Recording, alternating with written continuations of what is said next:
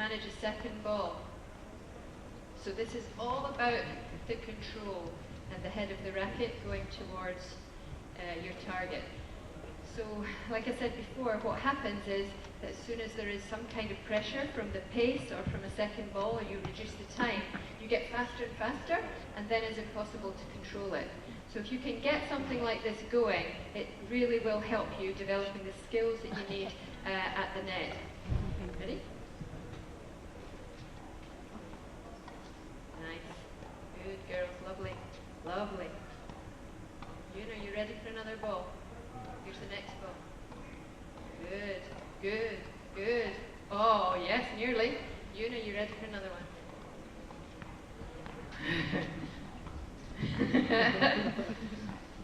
Very good. Okay, so now I'm going to try, we're going to see how long we can get 4 balls going for. Ready? There's going 4 out. Don't panic. Ready? 1, 2, 3, 4. So sometimes it's too much. But when you're working with talented kids, I think what I learned was that children who are very talented, you don't need to go in steps 1, 2, 3, 4, 5. Sometimes you can go from 1 to 5. But if you never try going 1 to 5, how do you know that you have to do all the steps in between? So we might have been able to do that before. I just wanted to try it out. Okay, so what we're going to do now is something a little bit similar to that with sort of close control stuff. So you guys, you're going to come in, and you guys are going to play, and you two are going to watch. Okay? Can I just borrow that? Thank you. So we've got, this is my square here. Nadia, this is your square. This is yours, Isabella, and this is yours. You. Actually, Ryan, you swap with you, because you did the last exercise. Okay. So this time, it's a similar thing, but the ball is going to bounce. So if you're talking about developing the skills close to the net, where you actually have to take a lot of care and develop soft hands, something like this can help. And you can do this kind of exercise with lots of kids in a small space. Actually, all of the things that I showed you would lend themselves to big groups. Okay, so I'm going to bounce. I'm going to hit the ball so it bounces here. You bump it back to Nadia, bump it back to Isabella, and then to me.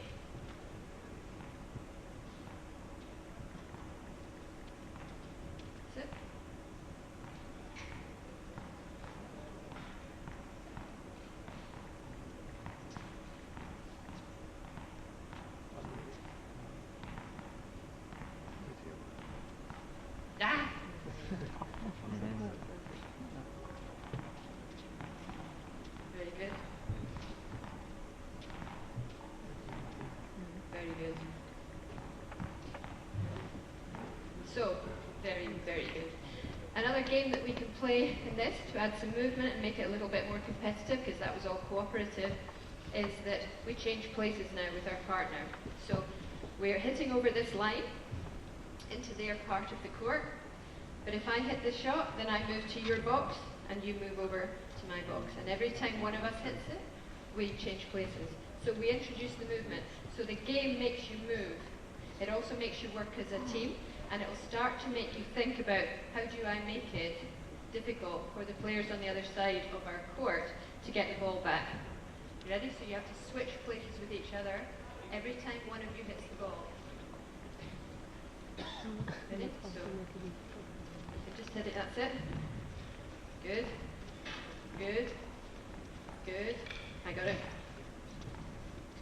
And I found the middle of the court. The space was in the middle, and they didn't know how to get it. So if you're playing doubles, that is actually sometimes what wins you the point. So you're going to come in here. So you're going to be Nadia's partner. We're going to play first team to win 3 points. Ready, go. Change.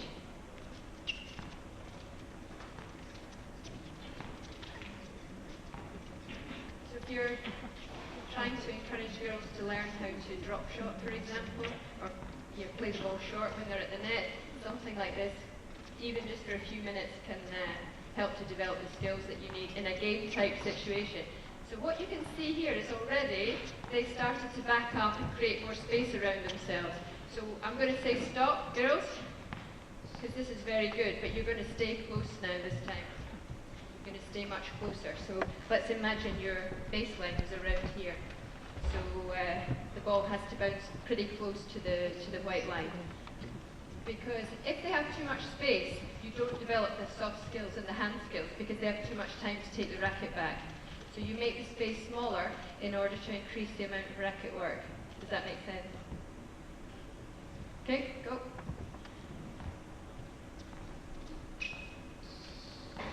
Here we go.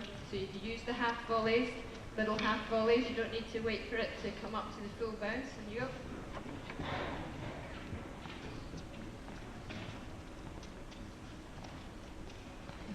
Good. Good.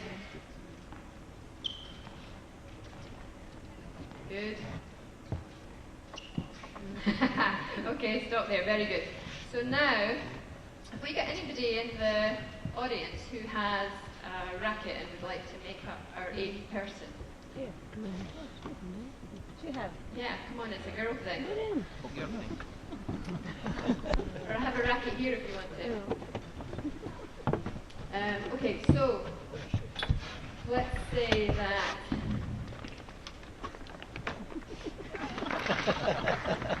Thank you.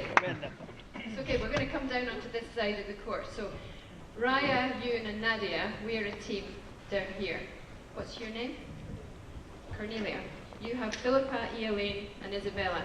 We have two players on the baseline. Isabella on that baseline, Eileen here, Philippa here, Cornelia is here. We're going to use the orange balls. So I know that you are used to playing with yellow balls, but the orange balls will make them think about what is it about the conditions now with the orange ball that I can use to my advantage. It doesn't bounce so high, it doesn't go so far, the drop shots are going to be useful, there will be a lot of volleying in this game, nobody will get hurt, they'll have a little bit more time, etc., etc.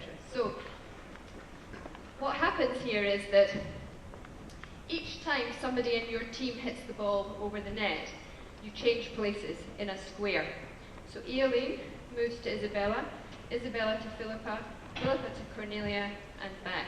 Always looking over the net because the ball is always coming, and we do the same. Okay, ready? You can only hit up. If you hit hard, then I have a red card in my pocket, and you get sent off. No, you don't. Okay, so you don't hit hard. Keeping it going, and we're keeping moving. So we go down this end. So this game, because you have to move in a square, you could do it with 3 players in a team also.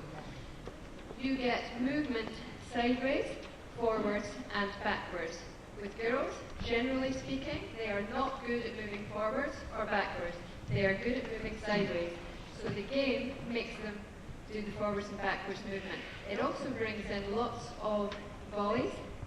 Volleys going forward, volleys going back, volleys going to the side, and volleys in different parts of the court. And because you take the power out of it, you remove the fear, you increase the control, you also increase the cardio a bit because it should keep the thing going. Okay, so are we ready? I'm going to Raya, Raya to Nadia, Nadia to Yoon, and Yoon to me. So this is practice. So change, change, change, change, change. Okay, you ready? So you're not allowed to hit it hard, and remember to move. Change, change. Yours. Change. Keep moving, girls, keep moving. Nice work. Oh, drop shot, loving it, loving it. Keep moving, good, keep moving. Keep moving.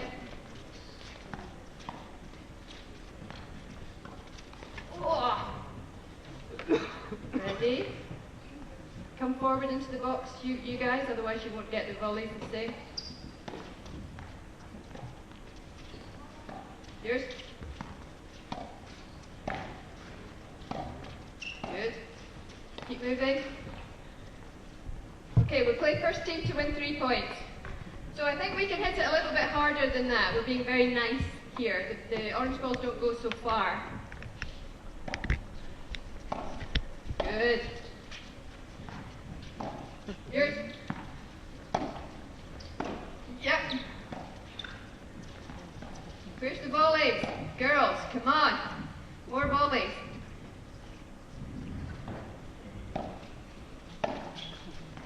Yep. Yep. Yep. Good. Up it goes. Very good. Keep moving. Good. Yours? Lovely. This is better. Good work. Oh, loving it. Where's the spaces? Yep. Good. Good. Yes?